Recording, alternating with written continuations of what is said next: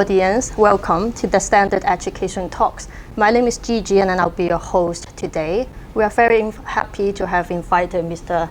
Howard Tuckett, the headmaster of Wycombe Abbey School, Hong Kong. So welcome here. Thank you. Howard. Thank you. Welcome to the school. Right. And so Wycombe Abbey School, Hong Kong was opened in 2019. That's correct. So the school is quite new to the international and private school landscape in Hong Kong. So why don't you start off by briefly talking about the background and its educational heritage in the UK? Yeah, sure. Certainly. Well, first of all, welcome to the school. Very glad you can join us here today. So Wycombe Abbey is famously a girls' secondary school in United Kingdom. It's one of the highest achieving schools in the United Kingdom, and over the last 5, 6, 7 years they have been expanding, first of all in mainland China, particularly in Changzhou. So Wycombe Abbey Changzhou is currently in its 6th academic year. We are the second school, and we opened, as you said, 18 months ago. This school is very different to the Changzhou school. This is just a prep school, so running from British Year 1, age 5, up to British Year 8 to 13 plus. And that's the model for this particular site, although we do intend opening a secondary school elsewhere in Hong Kong in due course. And then we're also, we have 2 massive campuses, one being built in Hangzhou and another one being built in Nanjing, and they are both due to open in September of this year. And once those 2 projects are up and running, the intention is that we will then start to concentrate on developing our own secondary school here in Hong Kong. Right, thank you, Howard. So Wycombe Abbey, what the school offers is a kind of quintessential British independent education. Yes. And one of the features that define the school is the holistic approach to teaching and learning. So how would you describe a holistic education? It's holistic. It's one of those wonderful words, isn't it? It's educators use holistic all the time. And I think it might just bear a bit of explanation. It just comes from the word whole, meaning the whole person. So we're not just entirely focused on academic output, that children's academic results or marks are the only thing. We know that in order to do well academically, we need to have a whole functioning child. We're educating the entire person. And of course, the period of time that we have children, particularly at primary and prep school, the age from 5 to 13, in those few years, in those 8 years, a person goes through more development than they probably will at any other stage of their life. Physical development, social awareness development, awareness of what's going on around them, ability to see sense of humor, ability to see all kinds of other the unspoken things, reading beyond the line and text, not just reading for accuracy but reading for understanding. All kinds of other intelligences are also developing. I mean, we're in a business that deals with multiple intelligences, not just narrow academic intelligence. But for the academic intelligence to really be enabled to proceed and to develop according to a child's potential, we need to be developing and supporting the whole person, the whole personality, if you like, that's developing. And simply that's what holistic education is. So in that sense, a holistic education balances academic rigor with an integrated focus on social emotional well-being. Yeah, you said it much quicker than I said it, but you're quite right. Yeah. Thank you. And this holistic approach can be seen in the curriculum of the school. Yeah. And Wycombe Abbey has 14 subjects. That's right. And also a diverse range of extracurricular activities. Yeah. And if you look at the language program, while the English is the medium of instruction, your school also has a very strong Chinese language syllabus. We do. Yeah. How do you ensure that students have a very firm grounding in both Chinese and English? Yeah, it's a good question, and it's something we probably spent as much time planning this aspect of the school as any of the other major strands of what we do. So we decided quite firmly that we were going to be an English medium school. We are not a bilingual system, but we teach Chinese as a second language, but we teach it very well, and we invest a lot of time. A lot of timetable time is given over to the teaching of Chinese, but it is a discrete subject. I'm firmly of the belief that this strengthens both English and it strengthens Chinese because they are taught separately and they're not merged. People don't get into the habits of mixing the two languages and developing any kind of slang or patois between the two. The way we physically teach Chinese is, first of all, we teach Putonghua, and we use simplified characters for teaching. But obviously the simplified character system is based on the traditional character system, so our teachers are very sensitive to both. And as children explore Chinese poetry, of course a lot of the older poems, the more traditional poems, are expressed in traditional characters. So there is a flow between the two, but children learn to write in simplified characters. And the reason we came up with the simplified characters with the Putonghua is that we feel very strongly that we are preparing the business people, the professional people for Hong Kong and Southeast Asia of tomorrow. In 10 years' time, these children will be entering the workplace. And Putonghua with simplified characters is the language of business. It's the professional language in this part of the world. And whilst we do all we can to support the more traditional Cantonese in our ECA program, we only have so much time during the school day. And so we decided, as I do with everything else at the school, that we keep things simple and we do what we do really well. We don't try and do all kinds of things, and maybe some of them not very well. We offer a fairly direct approach, and we concentrate on teaching that really well. So to teach Chinese really well at an English medium school, we give Chinese as much time on the timetable as English gets. They both get the same amount of time, and for each Chinese lesson we pump in at least 2 teachers to every lesson. One of them takes a native ability group and one takes a non-native ability group. 2 discrete curricula which have both been sourced from mainland China, one designed for children who are new to Putonghua, and sometimes those are Cantonese speaking children. We're not just talking about expatriates. And those who have some ability in Mandarin, who might even be first language speakers or have a bilingual Cantonese Mandarin ability. We offer Mandarin first language sort of pitched at native speaking ability. And as I say, 2 discrete curricula that we've brought in to the school, and 2 teachers at least in every lesson.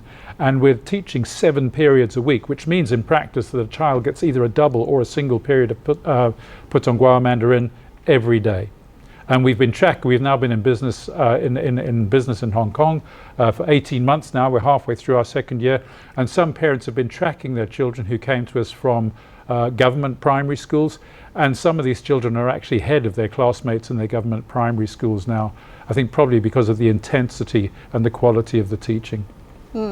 This must be very appealing to both students and parents, because such a strong emphasis on bilingualism may not be a given in all international schools in Hong Kong. Exactly, yeah. Right. And I think probably the fact that we are not here as an international school, we've opened as a private school, so we don't have an international school license. Obviously we're a British name school, but what we've done with Wycombe Abbey is to open Wycombe Abbey Hong Kong.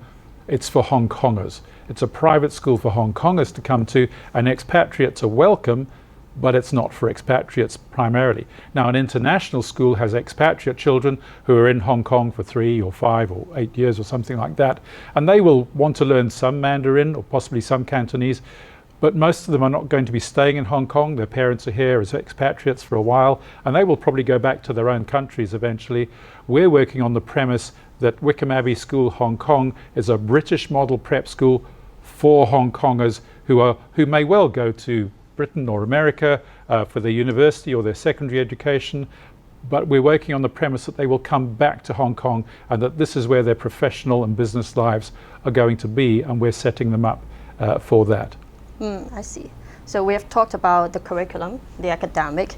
In terms of ECA, in terms of extracurricular activities, you actually extend the school day to incorporate the program, yeah, we do. Right? Yeah. Would you like to talk a bit about it? Yes, certainly. So our school day is a standard school day. We start at just after 8 o'clock, start teaching at 8:15. We teach through until 3 o'clock every day. And then we have 2 one-hour ECA periods, so 3 until 4 and then 4 until 5. And parents and pupils at the beginning of each term can sign up I think we've just passed the 40 mark, 40 different activities, some of them very academic, some of them scientific, some of them STEM-based, some of them very sporty, some of them arts, drama, dance. I mean, just dance alone. We have ballet, hip-hop, K-pop, which I'm not entirely sure of the difference between the two, but it seems to be very important to the young boys and girls who do it. All kinds of martial arts, 3 or 4 different types of martial arts going on. I don't know if you can see in the shot behind me, I'm not going to turn around, but there is a climbing wall just behind us.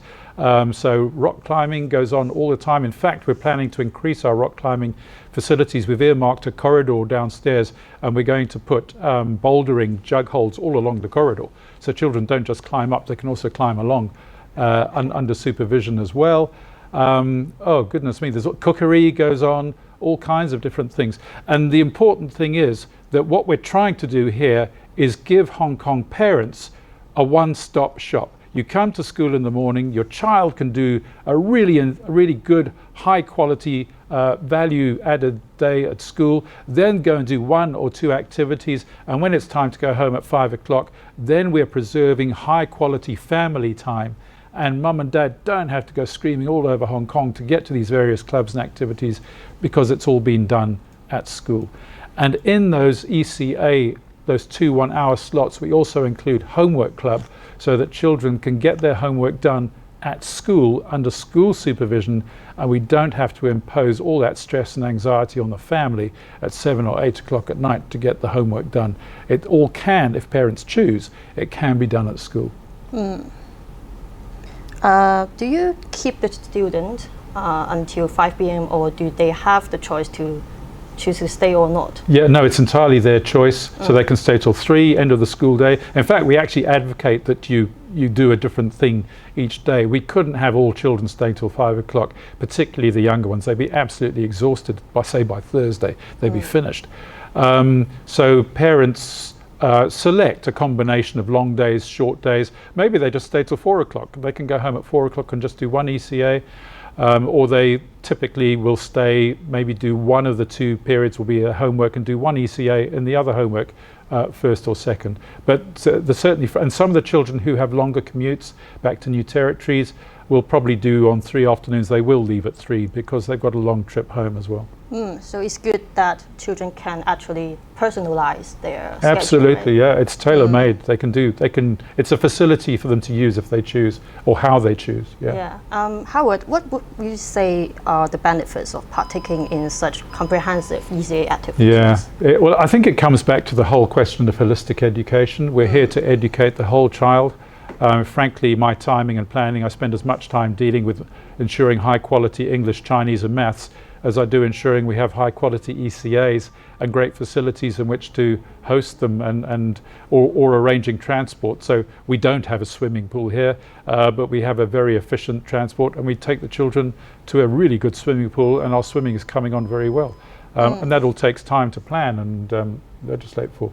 Right, okay. So we have talked about the curriculum and the non-academic, and if we look at some facts, you said that Wycombe Abbey is a prep school where children start at 5.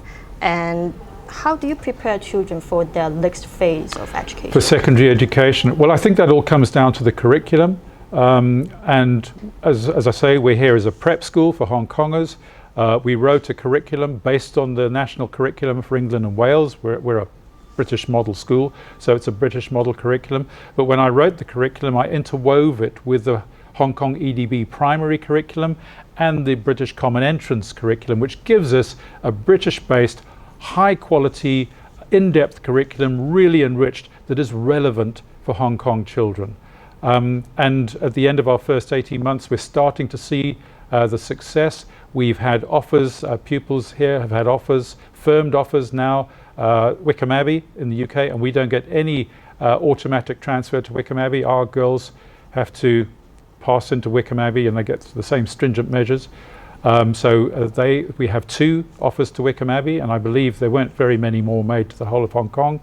We now have an offer to Cheltenham Ladies College, And so we're starting to see children who've been here for a year or so, 18 months that we've been open, they're starting to come off the end of our curriculum at year 6, and we know that on a world stage these are world-beating ability children. If they have the ability within them, we have the curriculum and the teaching, as well as all our very broad holistic enrichment. We also have the high quality academic output, and that's just starting to emerge now very early on in our history, which is very pleasing.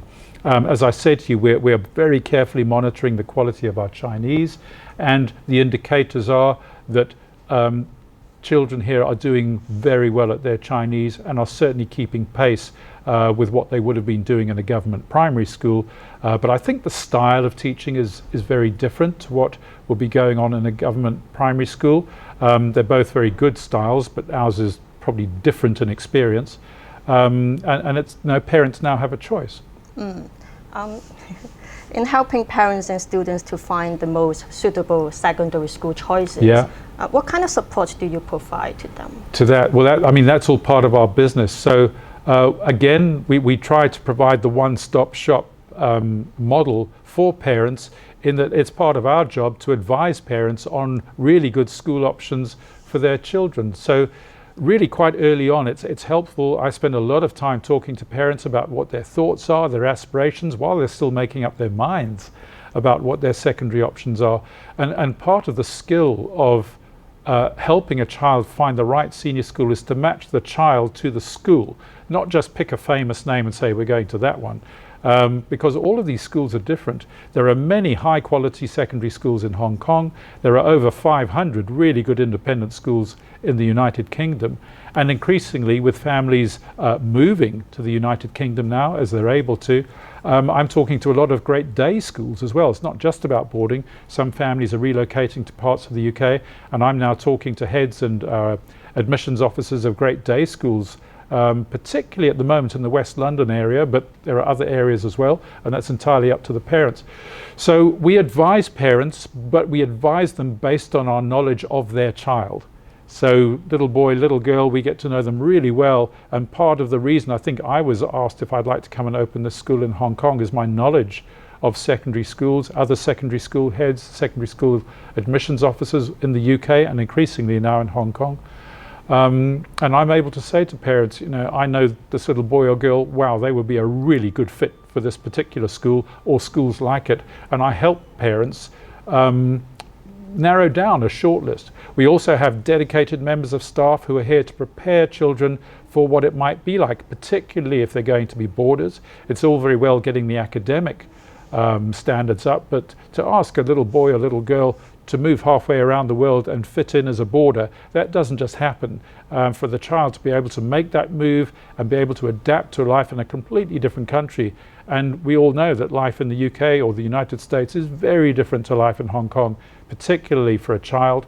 And we have dedicated members of staff who sit and counsel and work through what it would be like to go and have a Starbucks in London, which is very different to having a Starbucks in Hong Kong, or going to the movies, or how do children socialise in the UK, and what would a sleepover at someone's house in the UK look like compared to a sleepover in someone's apartment in Hong Kong, and just these really basic things, but they are huge differences for 11 and 13-year-olds. I suppose it's very important to take into account a children's strength. Absolutely. And also weaknesses in this matter. Yes. And the support that you have just mentioned, they are all included in the secondary and boarding school guidance program, right? Yeah, we do that automatically. So, parents there are agencies in Hong Kong who are frankly very expensive, and you can go to them, and I'm sure they're very good, but we're doing it here anyway, and it's all part of the fee. So, as I say, it's part of the one-stop shop idea that you come to a school like this and we're providing a fully rounded holistic school day and all of that support and advice, even phoning up. I'll speak to registrars at other schools. In fact, I've spoken to 2 already today, and it's just part of what we do, and it's all here as part of the deal of being at the school. Awesome. We were just chatting about an exciting news about Wycombe Abbey, which is that the school has recently been approved for Year 7, Year 8. Yes. So what does this mean for the school? Well, it means that we're now a traditional prep school. So the British model of a prep school is that we go to 13. So children now have the option of being with us until year 6, 11 plus, and then going off to their secondary schools. But many schools, particularly in the UK, boarding schools, only start their boarding at 13. So what do you do for those 2 years in between? You go to another senior school just for 2 years before you transfer. You go to a British prep school, and then the senior school. So that's 2 changes.